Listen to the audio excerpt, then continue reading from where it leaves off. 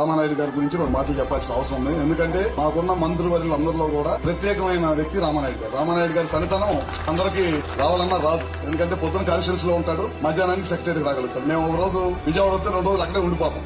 నేను అడిగా, నిన్న కూడా అడిగా, మీరు పొద్దునే కాన్స్టిట్యూన్సీకి వెళ్తారు, మధ్యాహ్నానికి ఇక్కడికి వస్తారు, ఎట్లా రాగలుగుతారని.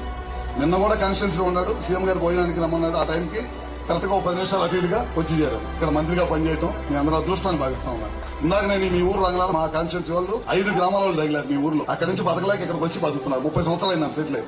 దాన్ని బట్టి పాలకోళ్ళు ప్రజల మనసు అర్థమైపోయింది, ఎవరిని వచ్చినా ఆదరిస్తారని చెప్పి. మాకు ఒక ప్రాజెక్ట్ ఉంది, గొల్లకమ్మ ప్రాజెక్ట్ అని. 1,00,000 ఎకరాలు సాగు అవుతుంది. మన ప్రభుత్వం అధికారంలోకి వచ్చిన తర్వాత రామానాయుడు గారి దృష్టికి తీసుకొచ్చి ఇమీడియట్ గా మీటింగ్ పెట్టించాం. గేట్లు పెట్టడమే కాకుండా నీళ్లు 3 టీఎంసీలు నీళ్లు నిలబెట్టి ఆ చుట్టుపక్కల ఏదైతే ఆ ప్రాజెక్టు వల్ల వ్యవసాయం చేసుకునే రైతులు వ్యవసాయం భూములు ఇచ్చారో వాళ్ళందరూ కూడా చేపల మీద ఆధారపడి బతుకుతుంటే 20 లక్షల చేపలను నేర్పించాం.